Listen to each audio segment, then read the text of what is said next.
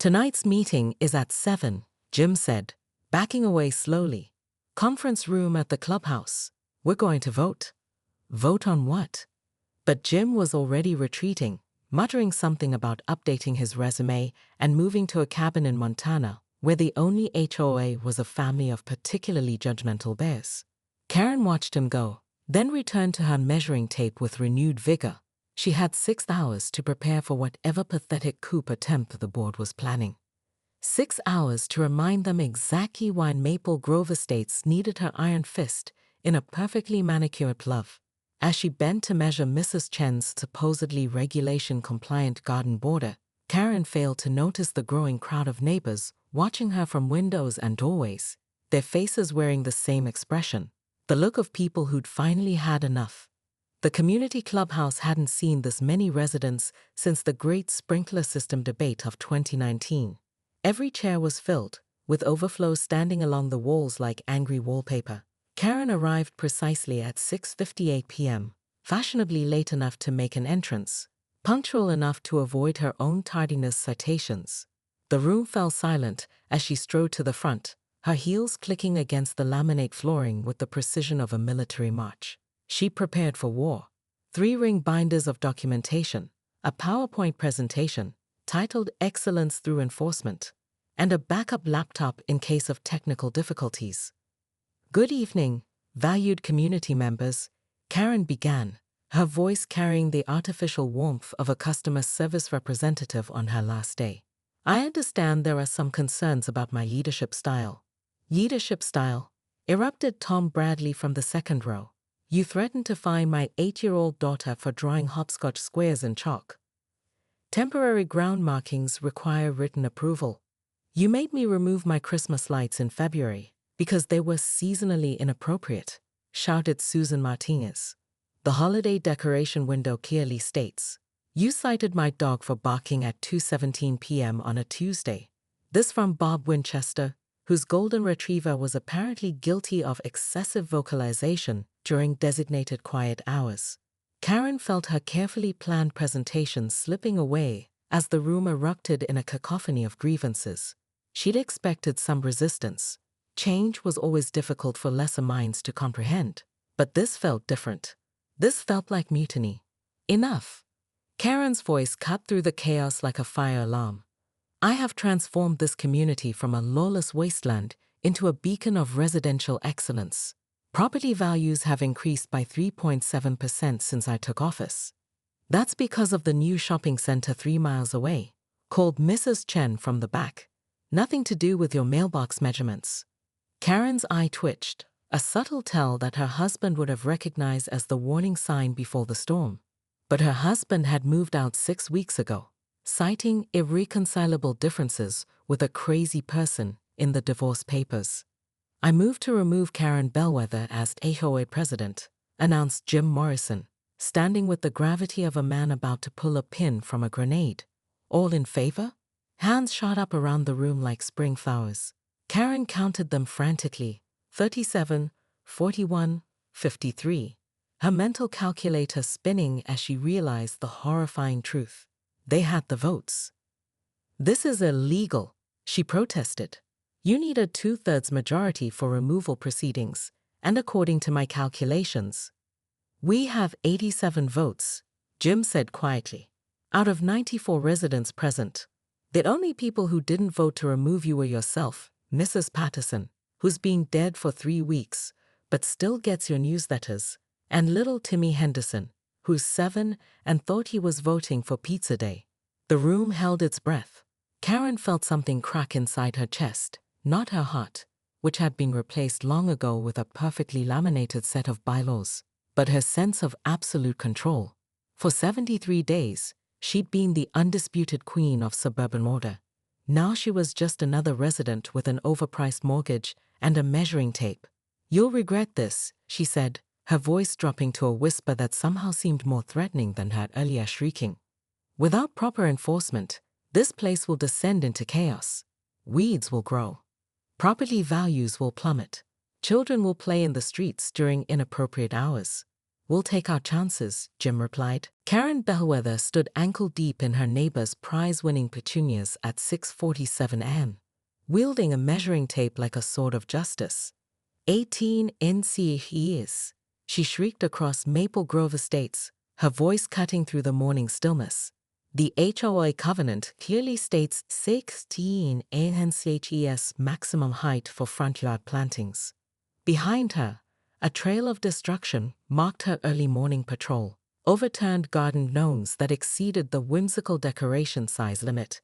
Yellow cetaceans flapping from mailboxes positioned 3 inches too far from driveways. And one particularly unfortunate pink flamingo, now sporting a bright red VIOLAATION sticker across its plastic beak. Mrs. Chen peered through her kitchen window, clutching her coffee mug with white knuckles. That woman has lost her damn mind, she whispered to her husband, who was already Googling how to dissolve an HOA on his phone. Karen had been HOA president for exactly 73 days. Not that anyone was counting, except Karen, who updated her Days of Excellence in Community Leadership whiteboard every morning. What had started as a campaign promised to restore order and property values had devolved into something resembling a suburban police state run by a woman who'd memorized every subsection of their 247-page community guidelines. Karen called Jim Morrison from 2 houses down, jogging toward her with the desperate energy of a man who'd found his garbage cans cited for being inadequately aligned with approved positioning standards. We need to talk. Karen straightened, her perfectly pressed blazer unmarred despite her horticultural rampage. At 42, she possessed the kind of aggressive suburban confidence that could make a grown man apologize for breathing too loudly. Her blonde bob hadn't moved in the morning breeze, a testament to both her hairspray budget and her unwavering commitment to control. Mr. Morrison, she said, consulting the tablet she carried like a digital clipboard of doom. I see you're concerned about citation number 1247. Perhaps if you'd attended last month's mandatory proper waste receptacle deployment seminar. Karen, you cited me for having my trash cans visible from the street for more than 4 hours. The garbage truck was late. Rules are rules, Jim. Exceptions lead to chaos. Chaos leads to decreased property values. Decreased property values lead to the collapse of Western civilization. Yes, we've all heard your speech. Jim's voice cracked with exhaustion. Look, the board is meeting tonight. Emergency session. We need to discuss your approach. Karen's eyes narrowed. In the 73 days of her presidency, she'd issued 1,247 citations, called 17 emergency meetings, and personally measured every fence, mailbox, and decorative shrub in the 156-home community. She'd also received 43 resignation requests from committee members, 2 restraining order threats, and 1 poorly spelled death threat scrawled on Hello Kitty stationery that she'd traced back to elderly Mrs. Patterson in Unit 42B. My approach has been nothing short of transformative, Karen declared, gesturing grandly at the neighborhood around them. Look at these pristine sidewalks, these perfectly maintained lawns. When I took office, this place was practically a slum.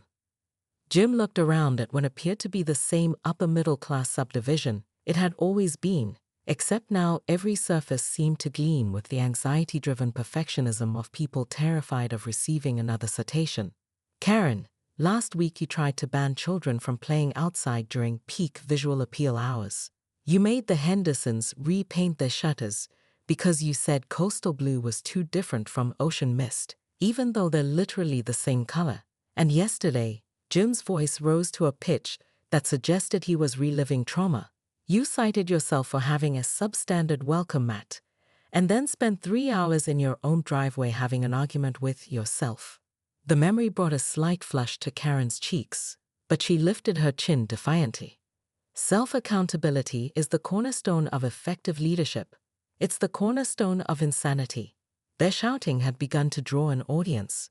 Curtains twitched, doors cracked open, and the morning dog-walking brigade had mysteriously multiplied.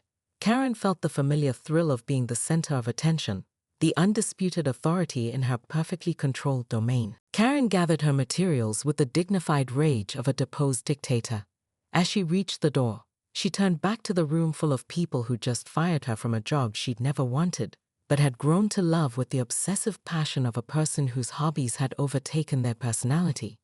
"Enjoy your anarchy," she said, "but don't come crying to me when Mrs. Patterson's garden gnome collection spreads beyond her property line." Someone in the crowd snickered. "Mrs. Patterson is dead, Karen. Her gnomes aren't."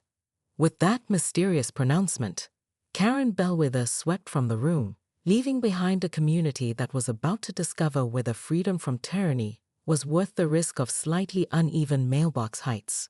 Outside, she paused by the community pool, its surface reflecting the evening lights like a dark mirror. Tomorrow, she would begin planning her comeback.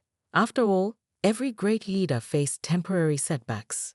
Napoleon had Elba, Nixon had resignation, and Karen Bellwether had whatever came next. As she walked toward her perfectly maintained Honda Civic, parked exactly 18 inches from the curb, Karen failed to notice the figure watching her from the shadows near the pool house. Someone who'd been very interested in tonight's proceedings and had plans of their own for Maple Grove Estate's immediate future.